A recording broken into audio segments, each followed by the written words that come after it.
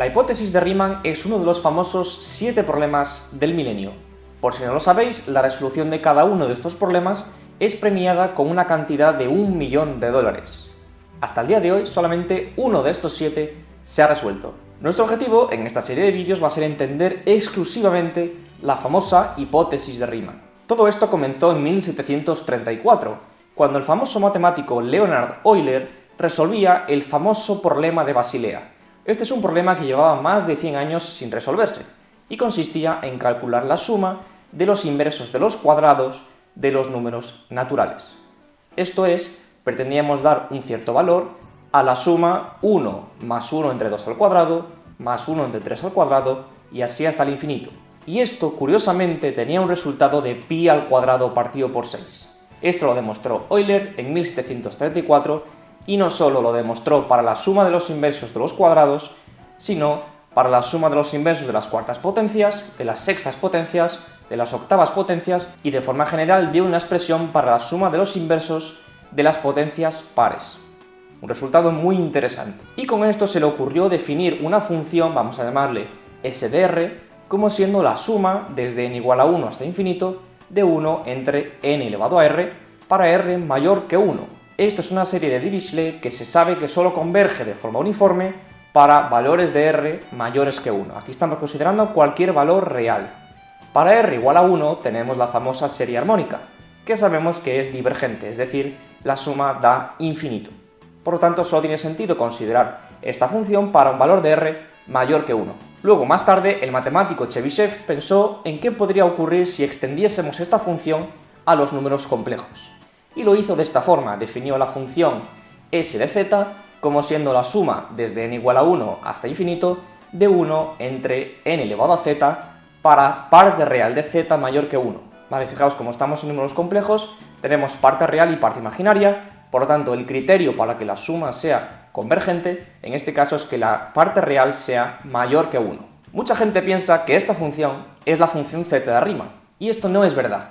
La función z de Riemann se obtiene a partir de aquí, pero no es esta función. El matemático Riemann pensó en lo que se llama extender analíticamente esta función a todo el plano complejo, y ahí creó su función, la función z de Riemann. Por lo tanto, ¿cómo definimos esta función? La función z de Riemann es la extensión analítica de s de z igual a la suma desde n igual a 1 hasta infinito de 1 entre n elevado a z, solamente definido para parte real mayor que 1, al plano complejo.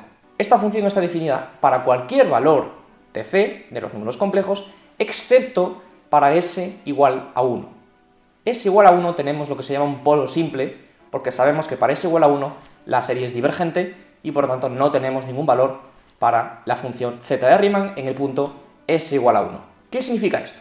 Significa que la función z de Riemann es una función que es analítica en todo el plano complejo, es holomorfa en todo el plano complejo, excepto en el punto s igual a 1. Esto es lo que se llama una función meromorfa. Hemos dicho que esto es la extensión analítica de aquella suma que había definido Dirichlet. Por lo tanto, esta función z de Riemann, en la parte real mayor que 1, en esa zona del plano complejo, se va a comportar exactamente igual que la función que ya teníamos, la suma desde n igual a 1 hasta infinito de 1 entre n elevado a s. Por lo tanto, en esa zona del plano complejo, la función z de Riemann es exactamente igual a esa suma. Así que sabemos describir la función z de Riemann en parte real mayor que 1. ¿Cómo lo describimos en parte real entre 0 y 1? Pues se puede hacer algunos truquitos, podemos llegar a una expresión de esta forma. Z de s es 1 entre 1 menos 2 elevado a 1 menos s por la suma desde n igual a 1 hasta infinito de menos 1 elevado a n más 1 entre n elevado a s. Y esta es la expresión de la función z de Riemann en esa banda donde la parte real está entre 0 y 1. Por lo tanto, solo nos falta describir la función z de Riemann a la izquierda, es decir, para la parte real negativa. ¿Cómo hacemos esto? Pues esto se hace mediante una ecuación funcional a la que llegó Riemann, que es la siguiente. Z de s igual a 2 elevado a s por pi elevado a s menos 1, seno de pi por s partido por 2, por la función gamma en 1 menos s, por la función z de Riemann en 1 menos s, donde la función gamma es la función gamma conocida, la integral desde 0 hasta infinito, de x elevado a s menos 1, por e elevado a menos x diferencial de x. La función gamma, os recuerdo que es una extensión del factorial, Es decir, que la función gamma calculada en n, para n natural, viene a ser n-1 factorial. Esto es una ecuación funcional que, si os fijáis, está relacionando la función z en el punto s con la función z en el punto 1 menos s.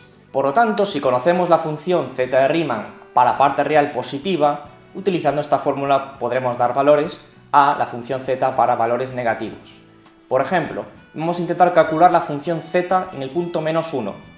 Sustituyendo s por menos 1, llegamos a esta expresión. Gamma de 2 es 1 factorial. Y la función z en el punto 2, como habíamos visto antes, es el famoso problema de Basilea, o sea, pi al cuadrado partido por 6. Así que haciendo las cuentas llegamos a que z de menos 1 es igual a menos 1 partido por 12. Si pensásemos que la función z en el punto menos 1 era esa definición que habíamos visto de la suma de los inversos de la ésima potencia, tendríamos que 1 más 2 más 3 más 4 hasta el infinito es igual a menos 1 partido por 12, cosa que no tiene ningún sentido. Y es por eso que la función z solo se define de esta forma para parte real mayor que 1. Por lo tanto, hablemos ahora de los ceros de la función z de Riemann, es decir, los valores que anulan esta función.